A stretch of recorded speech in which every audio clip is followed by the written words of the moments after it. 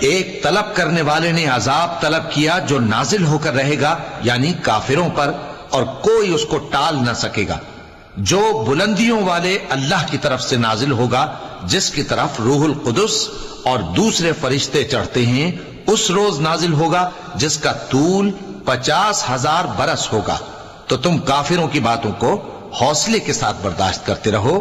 لوگ اس دن کو دور سمجھتے ہیں جبکہ ہماری نظر میں وہ قریب ہے۔ جس دن آسمان ایسا ہو جائے گا جیسے پگھلا ہوا تانبا، اور پہاڑ ایسے جیسے رنگین اون، اور کوئی دوست کسی دوست کو نہ پوچھے گا حالانکہ ایک دوسرے کو سامنے دیکھ رہے ہوں گے۔ اس روز گناہگار چاہے گا کہ کسی طرح اس دن کے عذاب کے بدلے میں سب کچھ دے دے، یعنی اپنے بیٹے اور اپنی بیوی اور اپنے بھائی اور اپنا خاندان جس میں وہ رہتا تھا، اور جتنے آدمی زمین پر ہیں غرض سب کو دے ڈالے، پھر اپنے آپ کو عذاب سے چھڑا لے۔ لیکن ایسا ہرگز نہیں ہوگا۔ وہ بھڑکتی ہوئی آگ ہے، کھال ادھیڑ کر کلیجہ نکال لینے والی۔ وہ ان لوگوں کو اپنی طرف بلائے گی جنہوں نے دین حق سے اعراض کیا اور منہ پھیر لیا، اور مال جمع کیا پھر سینت سینت کر رکھا۔ کچھ شک نہیں کہ انسان کم حوصلہ پیدا ہوا ہے۔ جب اسے تکلیف پہنچتی ہے تو گھبرا اٹھتا ہے، اور جب ملتا ہے اس کو مال تو بخیل بن جاتا ہے۔